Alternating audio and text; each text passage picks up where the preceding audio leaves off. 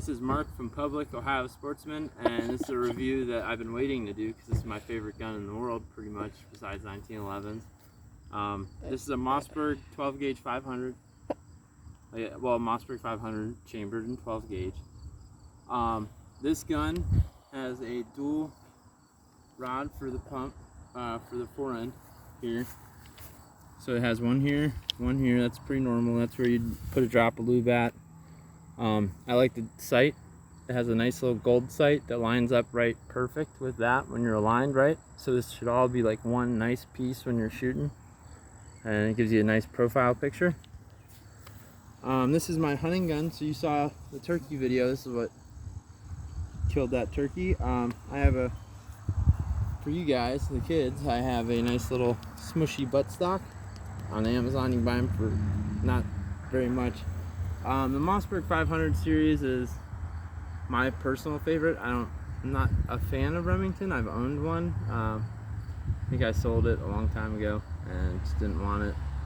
I didn't like that it had one right here is an injection rod.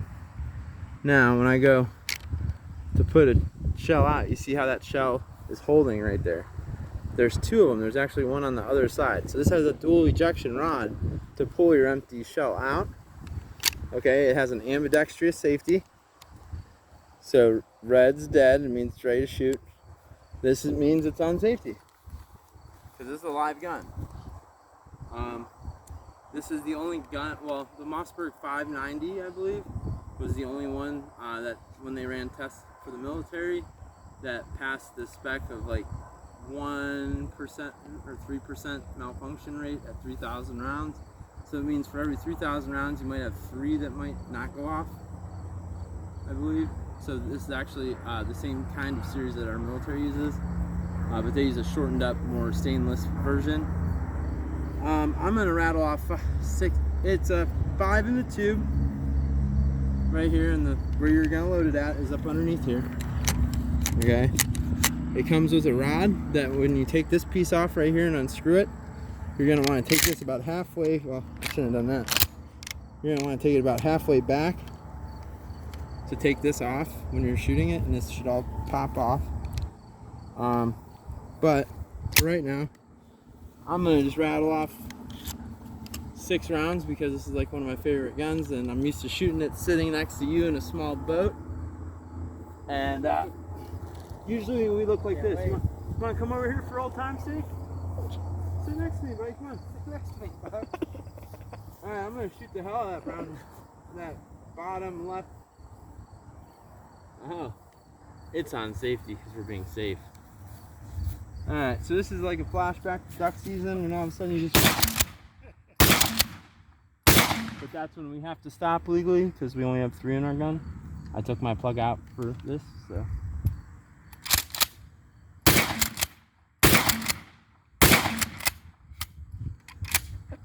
Okay, so it's empty. So in here you can see, I was talking about the dual ejection.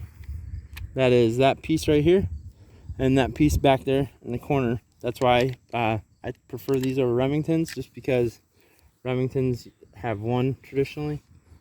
And then to take it apart, to put your tube in so you can legally hunt waterfowl anywhere in the United States, you would want to do this.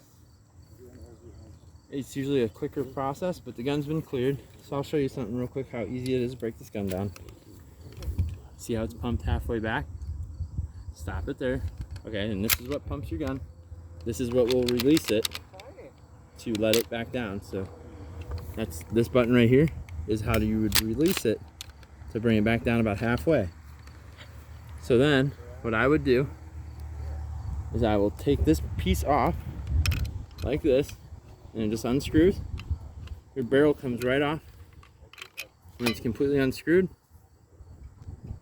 like that. That way you can clean it. And then right here, down that little down this little piece right here is where you would put your plug at for hunting. Here in Ohio, they only allow you to have three slugs for deer, and then you're also allowed to have 3 for waterfowl. I believe that's a federal law though. It might be an Ohio law. I'm not an avid waterfowler.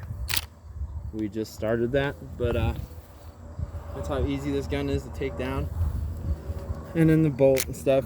I mean, this gun could shoot for years and years and years. I got a guy that I knew who owned this gun since he got back from the Navy in like the year I was born. And this thing actually is just silver now because he shot it so much that the bluing just is off, so it's just silver or nickel. But to put it back together, you're just gonna slide it back on with it halfway back. Do that. And then, of course, have it on safety. But yeah, the gun should be functioning. Take it off safety. It would have fired if there was a round in it. So I'm gonna go put this back once again. This is a Mossberg 500 chambered in 12 gauge. One other thing I forgot to mention. Sorry, I'm a little rambling today. But you can take a quarter if you don't have a choke wrench. I keep mine kind of loose. So this is going to be your improved cylinder. So this is going to give you the widest pattern available. And the choke is right here. It actually just slides out.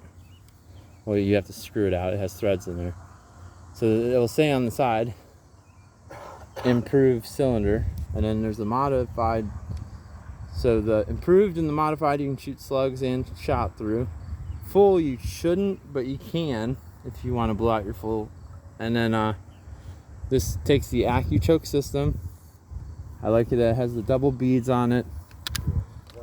Dual ejection rods. I prefer this over Remington 870s, but that's personal opinion. And this is my hunting gun, so I have a nice one, and then I have this one. I have a high wasp, but as you can tell, it gets beat up and thrown around, and it's good to go.